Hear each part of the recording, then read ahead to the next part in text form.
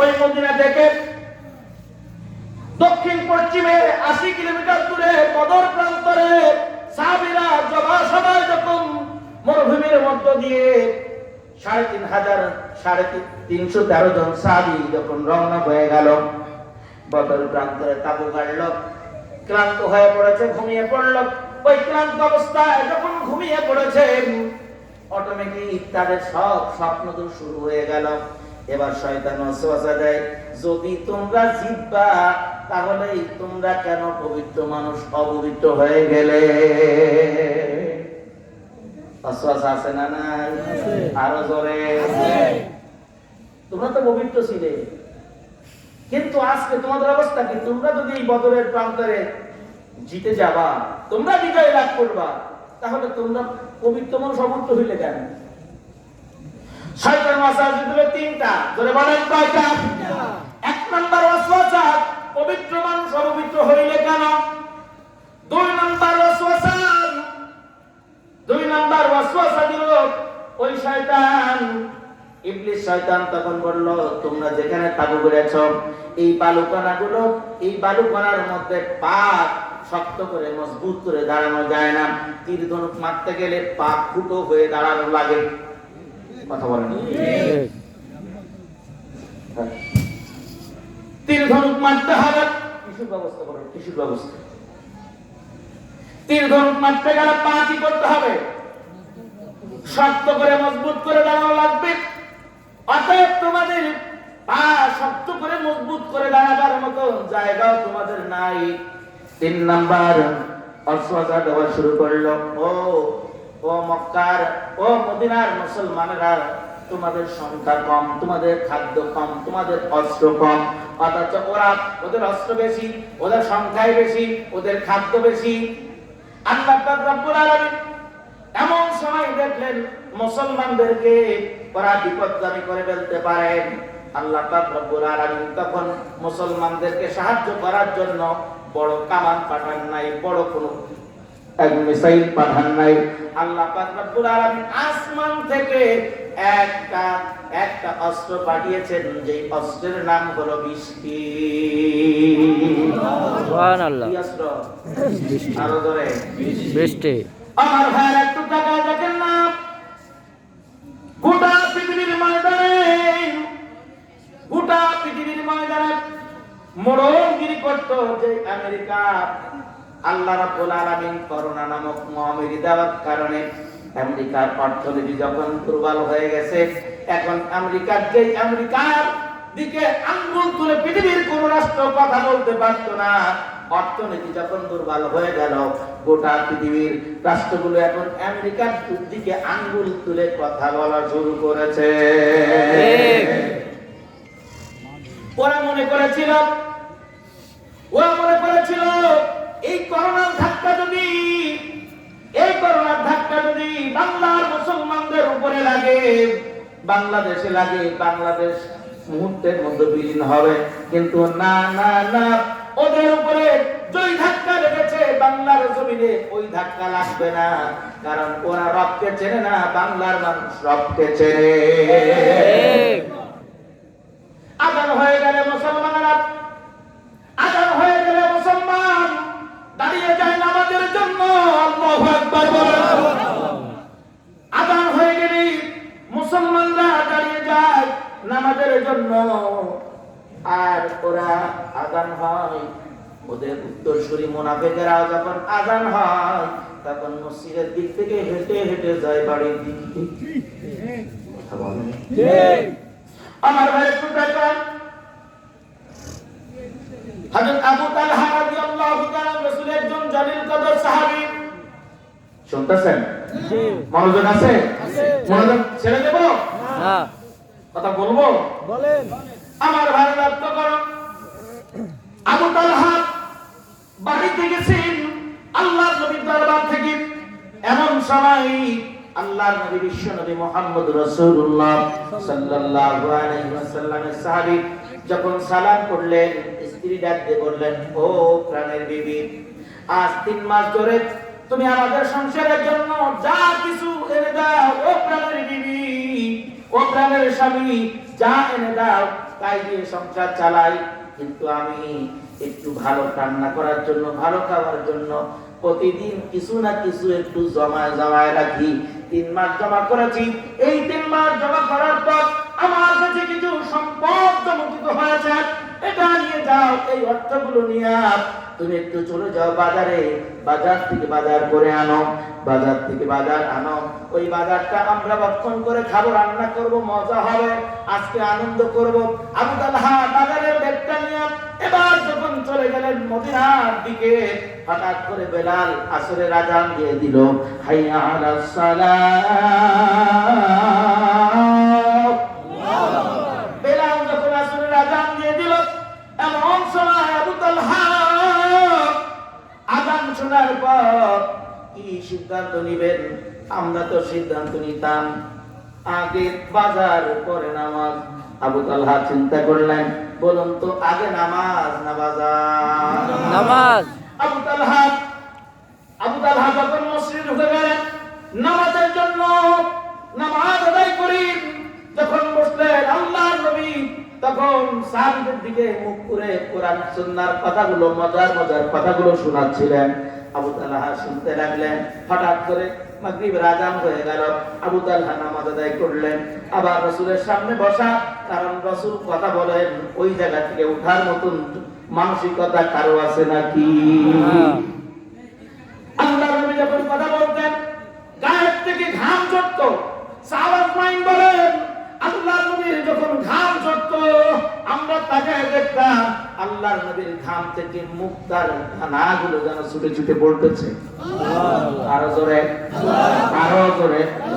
শুধু তাই নয় আমার ভাই, আয়েশা সিদ্দিকা বলেন আল্লাহর নবীর গায়ের ঘাম দেখেন গাড়ি দেবে তা নাই, কি বলবো, ফোন নাই, যাও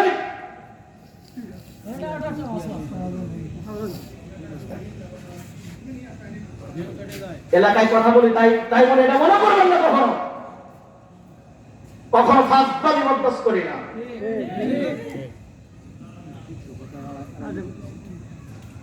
আমার ভাইরা ভালো করে কান লাগান। কোরআনের আলোচনা করার সময় আমি কোন নেতাকে পরোয়া করে কথা বলি না।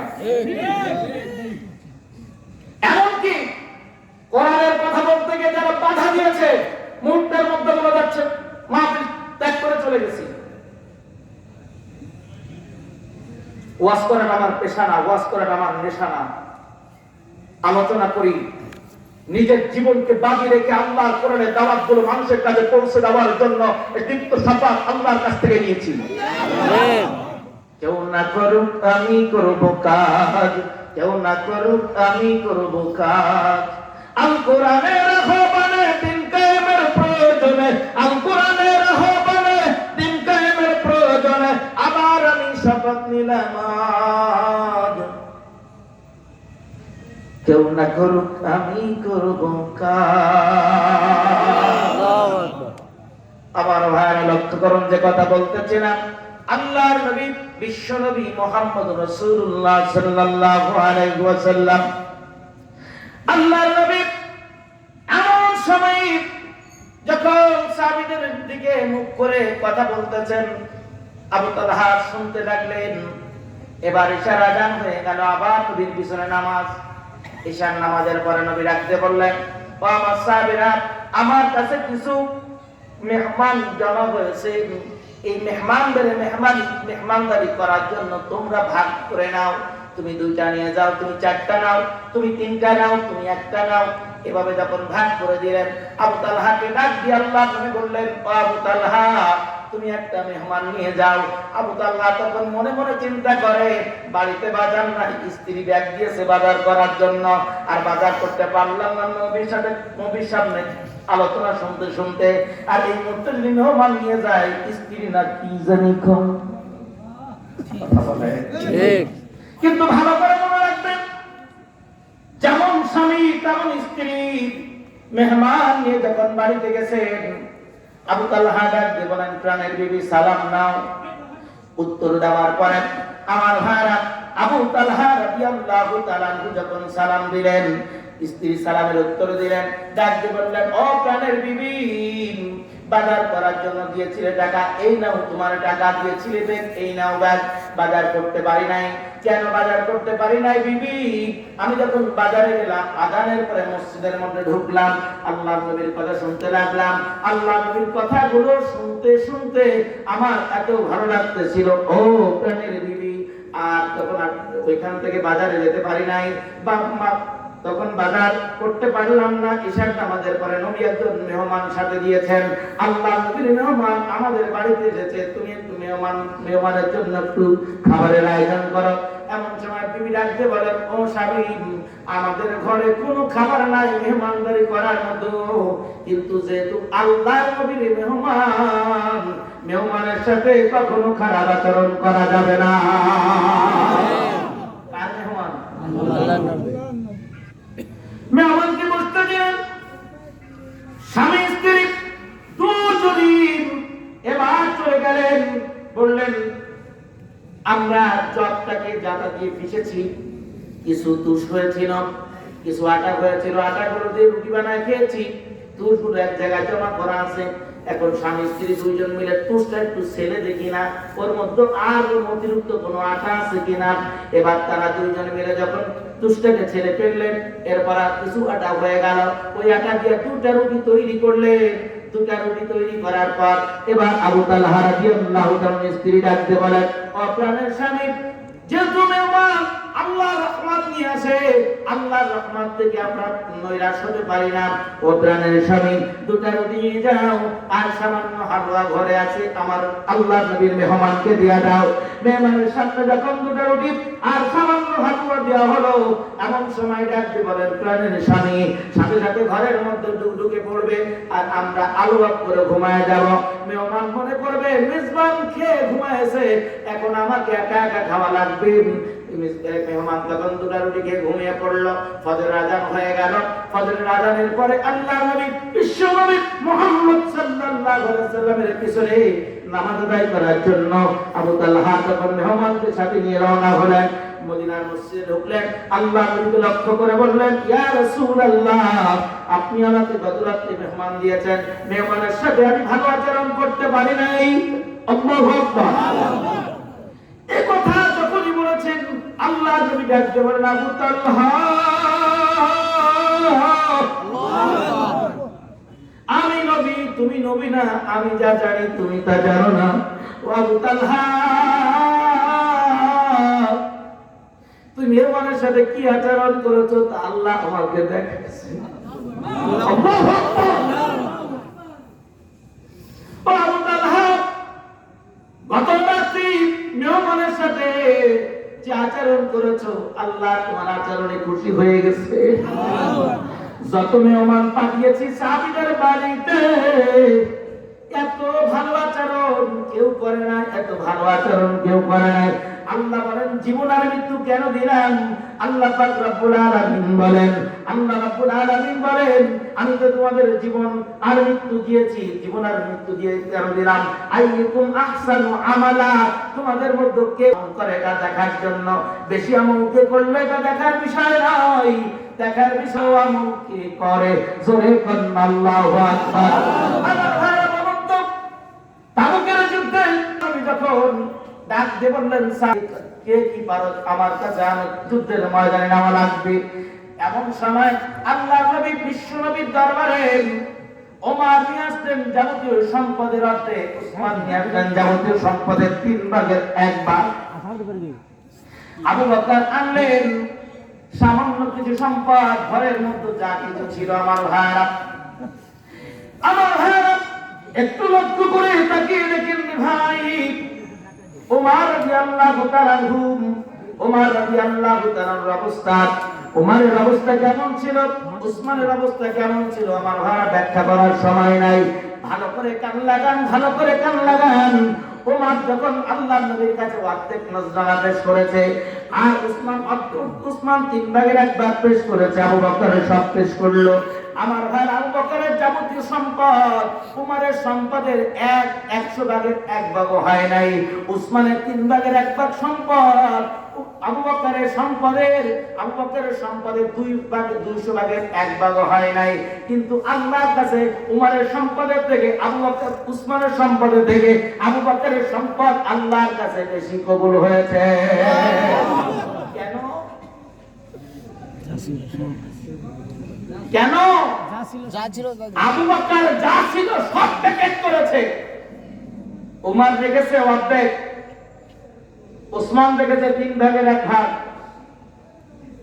এই জন্য মনে করবেন, মনে রাখবেন, ধনীরা যখন আল্লাহর রাস্তায় ব্যয় করার কথা বলা হয়, ধনী তখন পকেট থেকে টিপে টিপে টিপে টিপে বের করে, কিন্তু গরিবেরা চিন্তা করে আমার বাড়িতে যা আছে আমি তাই ঝাঁপিয়ে পড়বো। রাসূল জানায় দিলেন, ধনীদের আগে গরিবেরা 500 বছর আগে আল্লাহর জান্নাতে চলে যাবে। কেন? একজন ধনী মানুষ সকালবেলায় গোশত, হালুয়া, ঘি দিয়া, পরাটা দিয়া ভেজে খেয়ে আলহামদুলিল্লাহ বললো, আর একজন গরিব মানুষ পান্তা ভাত, লবণ আর কাঁচামরিচ দিয়ে ডলে খেয়ে আলহামদুলিল্লাহ বললো। 2 আলহামদুলিল্লাহ কি হয়?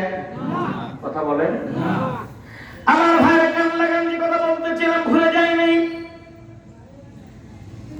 যেহেতু সমাজ অত্যন্ত টাইটের প্যাকেট করা, আল্লাহর নবী বিশ্বনবী মুহাম্মদুর রাসূলুল্লাহ সাল্লাল্লাহু আলাইহি ওয়াসাল্লাম বদরের প্রান্তরে সাহাবীদের নিয়ে যখন রওনা হলেন, শয়তান ওয়াসওয়াসা দেয় 3 কাজ। আল্লাহ রাব্বুল আলামিন মুসলমানদেরকে সাহায্য করার জন্য আল্লাহ কোনো কামান পাঠান নাই, অ্যাটম বোম পাঠান নাই, মিসাইল পাঠান নাই, আল্লাহ পাঠালেন বৃষ্টি। আল্লাহ রাব্বুল আলামিন বলেন, ইদ ইউগাশিরুকুম নুসাত আমানাতাম মিনহু ওয়া ইউনাজ্জিলু আলাইকুম মিনাস সামাই মাআ ويذهب عنكم رجز الشيطان وليربط على قلوبكم ويثبت به أقدامكم।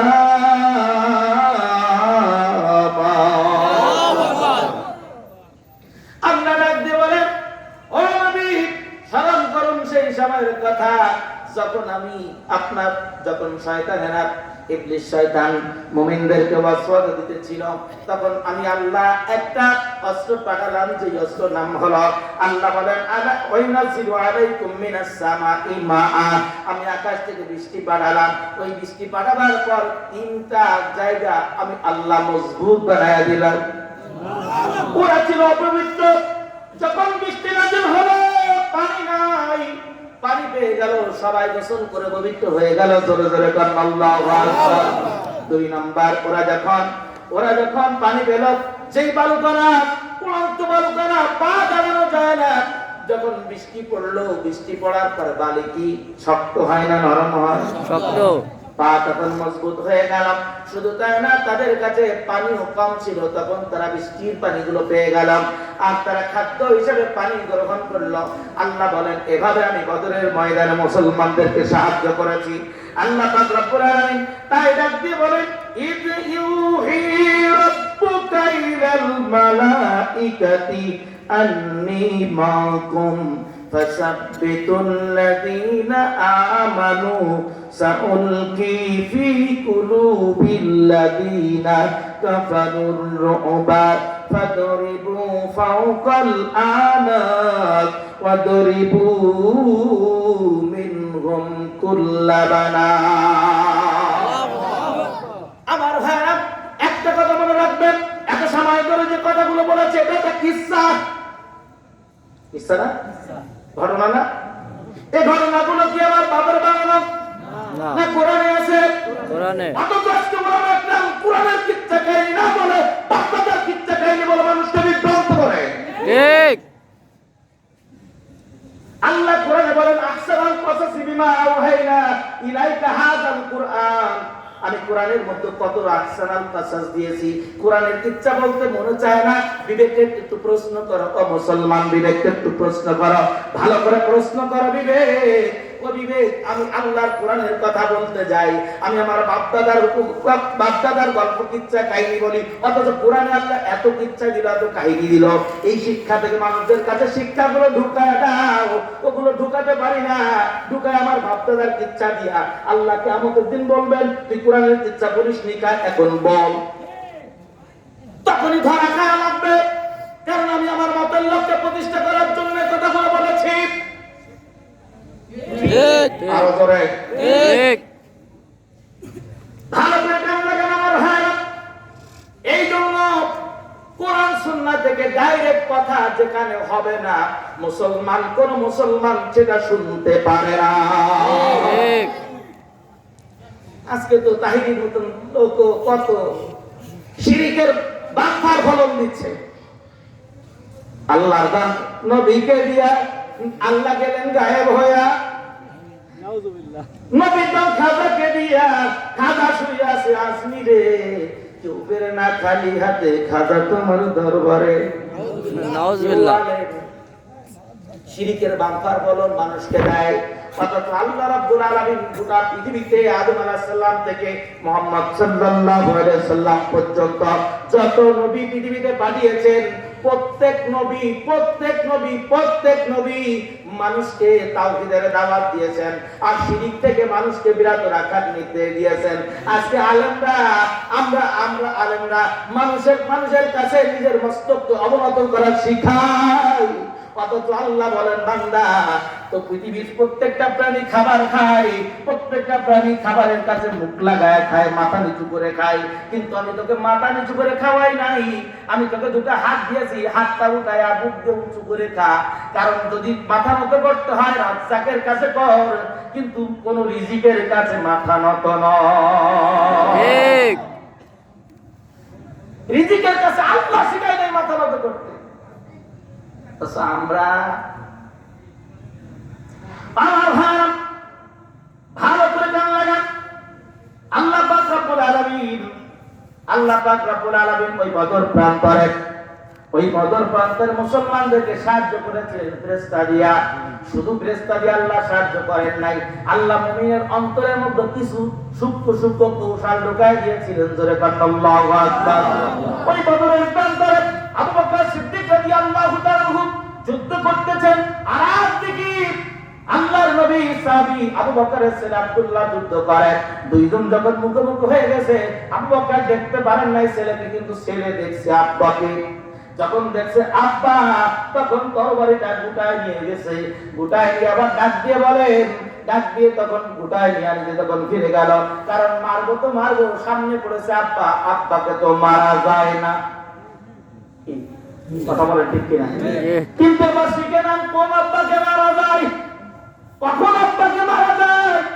ও যুবক, তুমিও তো তোমার বাবার গায়ে হাত তোলো, মায়ের গায়ে হাত তোলো, কিন্তু বাপের গায়ে হাত তোলা যাবে, মায়ের গায়ে হাত তোলা যাবে কোন সময় সেটা বারবার শেখো, বদরের থেকে শিক্ষা নাও। কিন্তু তুমি যে সময় হাত তোলো, ওই সময় হাত তুললে কিন্তু হাতে পছন্দ ধরবে। বদরের যুদ্ধ শেষ হয়ে গেল, আব্দুল্লাহ এবং আবু বকর দুইজনের সঙ্গে যখন সাক্ষাৎ হলো, এমন সময় আব্দুল্লাহ ডাকতে বলে, প্রাণের বাবা, বদরের ময়দানে আপনি আমার সামনে পড়েছিলেন, কিন্তু আপনি আমার বাবা হওয়ার কারণে আপনার গায়ে আঘাত করি নাই। আবু বকর ডাকতে বলেন, আব্দুল্লাহ, আমি ওই দিন যদি তোমাকে দেখতাম, সন্তান বলে তোমাকে খাতের করতাম। আরো জোরে আমার ভাই আবু বকর ইবনুল জাররাহ ওই বদরের প্রান্তরে আল্লাহর নবীর পক্ষে যুদ্ধ করতেছে। আবার দেখেন আবু বকর হলো রাসূলের পক্ষে, আব্দুল্লাহ হলো আবু জেহেলের পক্ষে, আবু উবাইদা ছেলে হলো রাসূলের পক্ষে, জাররাহ হলো তার পিতা, জাররাহ হলো আবু জেহেলের পক্ষে। বাপ সন্তানের লড়াই যখন সামনে চলে আসলো, আবু উবাইদা ইবনুল জাররাহর সামনে আব্বা, আবু উবাইদা ইবনুল জাররাহ তরবারিটা গুছায় ফেললেন, গুটায় চিন্তা করে আর মারবো না।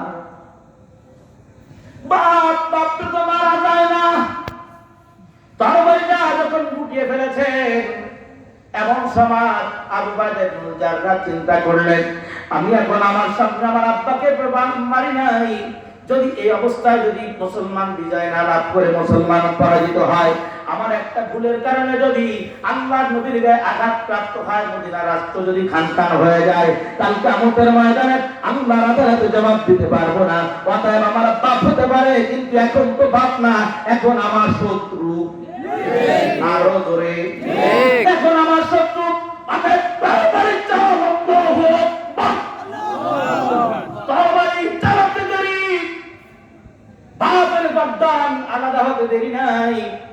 যুদ্ধ শেষ হওয়ার পরে সব সাহাবীর মুখে হাসি, আবু বাইদা ইবনুল জাররার মুখে কোনো হাসি নাই। এমন সময় সাহাবীরা তখন আল্লাহর নবীকে বললেন, ইয়া রাসূলুল্লাহ, সবাই এই বদরের প্রান্তরে মুসলমানদের বিজয় হওয়ার কারণে সকল মুসলমানরা হাসি আর খুশি, কিন্তু এই বদরের প্রান্তরে আবু বাইদা ইবনুল জাররার মুখে কোনো হাসি নাই, কারণ কি?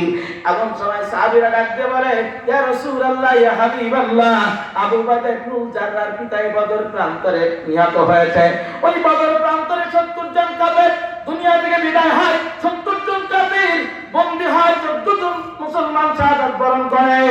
আমার ভাইরা, লম্বা কথা অত্যন্ত সংক্ষেপ করে দিলাম। আমার ভাইরা, এমন একটা মুহূর্তে আবু বাইদা ইবনুল জাররার কাছে জিজ্ঞাসা করলেন আল্লাহর নবী, ও আবু বাইদা ইবনুল জাররার, বদরের প্রান্তরে কারা তোমার পিতাকে হত্যা করেছে? আবু বাইদা ইবনুল জাররার কথা বলে না। সাহাবীদের কাছে প্রশ্ন করলেন, সাহাবীরা, কে আবু বাইদা ইবনুল জাররার পিতাকে হত্যা করেছে? কেউ কথা বলে না। এমন সময় একজন সাহাবী দাঁড়ায় ডাক দিয়ে বলে, ইয়া রাসূলুল্লাহ, আমরা তো আবু বাইদা ইবনুল জাররার আব্বাকে মারি নাই, আবু বাইদা ইবনুল জাররাকে আব্বাকে মারতে দেখেছি আমি আবু উবাইদা ইবনুল জাররাকে। আল্লাহু আকবার। তাই নবী ডাক দিলেন, নবী ডাক দিয়ে যখন বললেন, ও আবু উবাইদা, তোমার আব্বাকে তুমি কেমনে মারলে? ওই ঘটনা যখন বয়ান করলো, এমন সময় আল্লাহ নবী ডাকতে বলেন, আবু বাইদা ইবনুল জাররাহ, এতদিন যে জান্নাতের জন্য তুমি পাগল, আমি নবী এই বদরের ময়দানে বিজয় হওয়ার পর ঘোষণা দিয়ে দিলাম, আল্লাহ ওই জান্নাত তোমার জন্য ওয়াজিব বানায়া দিয়েছে। সুবহানাল্লাহ। কারে মারার জন্য? আরো ধরে, তার পিতাকে মারাও কি জায়েজ? কথা কয় না, জায়েজ। তবে তার মানে ও যুবক, এই মনে করো না যে আব্বা যা বলেছে সাথে সাথে আব্বারে থাপ্পড় মারলাম। আজকে সন্তান পিতাকে মারে কেন? চিন্তা করে দেখলাম, সন্তান পিতাকে মারার একটা মাত্র কারণ, সন্তানকে আমরা শিক্ষা দিচ্ছি এমন শিক্ষা, সন্তানকে শিক্ষা দিচ্ছি অতে ওসি আতে আম, অতে অজাগাত আতে আম, অতে অজাগাত অজাগাতটি আসছে তেরে আমটি আমি খাবো পেড়ে, আম পেড়ে খেতে গেলে কি লাগে? আরো জোরে, লাঠি লাগে, আরো জোরে, লাঠি লাগে। লাঠি বাচ্চার হাতে, যেই বাচ্চার হাতে বাল্যবকালে লাঠি ওঠে, ওই বাচ্চার হাতে যখন লাঠি থাকে, বাপ যখন বাচ্চার চাহিদা পূরণ করতে পারে না, ওই বাচ্চার হাতে লাঠি থাকার কারণে ওই লাঠি কিন্তু বাপের পিঠে ওঠে। কিন্তু যে সন্তানদেরকে এলমেদিন শিক্ষা দেওয়া হয়, অতে ওযু, আতে আল্লাহ, তাতে কোরআন, মতে মসজিদ, আল্লাহু আকবার, এই শিক্ষাগুলো যখন মাদ্রাসাতে দেওয়া হয়, আমার ভাই, যখন এই শিক্ষাগুলো যখন মাদ্রাসাতে দেওয়া হয়, ওই বাচ্চাটি ওযু করে মসজিদে যায়, আল্লাহর সাথে তার পরিচয় হয়। ওই শয়তানেরা, ইবলিস শয়তানেরা এখন কুচক্র শিখায় দিল, বাচ্চাদেরকে শিখায় দাও অতে ওয়াজাগর, আর অথচ মুসলমান শিখবে আর ভয়? আরো জোরে কথা বলে না কেন? মুসলমান শিখবে আল্লাহর ভয়। ছোট্ট বাচ্চাকে শিখানো হয় প্রথম 4 ভয়, আরো জোরে সাপের ভয়। কারণ যে বাচ্চা বাল্যকালে সাপের ভয় পায়, ও আল্লাহর আর ভয় পায় না। আবার বাচ্চাকে শেখানো আগে আমরা শিখেছি, সকালে উঠি আমি মনে মনে বলি, সারাদিন আমি যেন ভালো হয়ে চলি, আদেশ করেন যাহা মোর গুরুজনে, আমি যেন সেই কাজে ভালো করি ভালো মনে। এটা ছিল আদমের কবিতা। আর এখন কবিতা বলা আম পাতা জোড়া জোড়া, মোর বাবা মারবো চাবুক, চলবো গোড়া চাবুক। বাচ্চার হাতে কিসে শিক্ষা? চাবুকের শিক্ষা, লাঠির শিক্ষা যদি বাচ্চাকে দাও, মারবে না তো মারবে কি? আম পাতা জোড়া জোড়া মারবো, চাবুক চলবে ঘোড়া, ওরে বিবু সরে দাঁড়া, আসছে আমার পাগলা ঘোড়া, পাগলা ঘোড়া কেঁপেছে, চাবুক ছোড়া মেরেছে, ঘোড়ার ডিম হয়েছে। কথা বলে না ঠিক। কি শিখাচ্ছি আমরা? আর এখানে কি শিখানো হয় একটু বিবেক দিয়ে বুঝে নেন। ছেলে মেয়ে বড় হবার বার কথা শোনে না, হুজুরের কাছে হুজুর একটু পানি ভরা দেন, তেল ভরা দেন, হুজুর একটু ফু দিয়ে দেন, হুজুর একটু তাবিজ দিয়ে দেন। হুজুর তাবিজ দিয়ে কি হবে? গাছ তো যখন ছোট ছিল তখন গাছটাকে ডাইনে নিলে ডাইনে যাবে, বামে নিলে বামে যাবে, সামনে নিলে সামনে যাবে, পিছন নিলে পিছন যাবে। তখন নেন না, এখন গাছ তো মোটা তাজা হয়েছে, এখন ঠেললে আপনার কাজ যাবে। অতএব আপনি আপনার ছেলেকে ডাক্তার বানাবেন, ইঞ্জিনিয়ার বানাবেন, ব্যারিস্টার বানাবেন, আমার কোনো আপত্তি নাই। মুসলমান ডাক্তার প্রয়োজন, ইঞ্জিনিয়ার প্রয়োজন, ব্যারিস্টার প্রয়োজন, সব প্রয়োজন, কিন্তু আপনার বাচ্চাকে এইগুলো শিখাবার আগে কোরআনের শিক্ষা বাচ্চার মধ্যে ঢোকায় দেন। আল্লাহু আকবার বলেন। আল্লাহু আকবার। আমার ভাইরা, হুজুরা বারবার বলতেছে হুজুর একটা কিছু লাগবে, কিন্তু আমি বলবো 2 মিনিটের মধ্যে সময় দিতে পারবেন আপনারা? প্রধানমন্ত্রী চলে আসবেন ইনশাআল্লাহ সময় মতো। আপনাদেরকে বলতে চাই, এই জন্য দেখবেন যেই বাচ্চাদেরকে বাল্য বয়সের চাবুক সে কই যাও বাচ্চাদেরকে শেখানো চাবুক, বাল্যকাল চলে গেছে, স্কুল জীবন পার হয়ে গেছে, কলেজ জীবনে যাওয়া চাবুক আর ভালো লাগে না, তখন ভালো লাগে টিস। এই কথা বুঝতেছেন না? ঠিক। সোনার ছেলেরা এখন মানুষকে মারে পিস্তল দিয়া। আমার ভাইরা, একটু বিবেকের কান দিয়ে মনে রাখেন, যেই সোনার ছেলেরা ধর্ষণে সেঞ্চুরি করে, যেই সোনার ছেলেরা মানুষকে প্রত্যক্ষ দিবালকে কুপিয়ে তুলে হত্যা করে, ওটা তো কোনো সোনার ছেলে হতে পারে না। আওয়াজ করে বলার কথা ঠিক কিনা?